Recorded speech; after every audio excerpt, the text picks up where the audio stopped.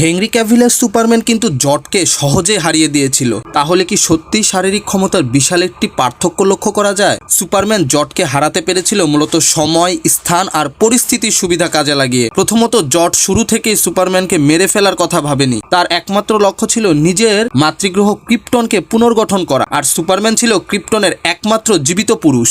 টানা 30 বছর সূর্যের আলোতে থাকার ফলে তার শারীরিক ক্ষমতা তখন ক্রিপ্টোনিয়ানদের মধ্যে একেবারে টপ লেভেলে পৌঁছে গিয়েছিল। এই পরিস্থিতিতে জট তার সর্বোচ্চ যুদ্ধ দক্ষতা দেখিয়ে জোর করে সুপারম্যানের সাথে 5-5 লড়াই চালিয়ে গিয়েছে। শেষ পর্যন্ত যদি ক্রিপ্টন পুনর্গঠনের স্বপ্ন ভেঙে না যেত আর জট মানসিকভাবে ভেঙে না পড়ে পুরোপুরি বেপরোয়া না হয়ে উঠত, তাহলে শেষ পর্যন্ত কে জিতত তা সত্যিই বলা কঠিন। এবার নারী সুপারম্যানের দিকে তাকাই। তার শুরুটা ছিল পুরোপুরি হেল ডিফিকাল্টি মোড। সবচেয়ে বড় কথা, সেটা না 10 বছর কারাগারে ছিল, তাও ফ্যান্টম জোনে, এমন এক জায়গা যেখানে সূর্যের আলো পর্যন্ত দূরের কথা, স্বাভাবিক জীবনই নেই। ফলে তার সারা শরীরের শক্তিপেশি একেবারে শুকিয়ে গিয়েছিল, প্রায় ভঙ্গুর হয়ে অবস্থা। সে মোট সূর্যের আলো পেয়েছিল মাত্র কয়েক ঘন্টা। এই শক্তি সঞ্চয় বড়জোর একটা বড় স্থায়ী ট্রায়াল কার্ডের মতো। সুপারম্যানের 30 বছরের পার্মানেন্ট ভিআইপির সঙ্গে তুলনা করলে এটা যেন পাওয়ার ব্যাংক বনাম বিদ্যুৎ কেন্দ্র। তাই যদি সুপারম্যানের সাথে 30 বছর পর্যাপ্ত আলো দেওয়া হতো, তাহলে সে পূর্ণ অবস্থায় ফিরত। তাহলে শুধু জট কেন,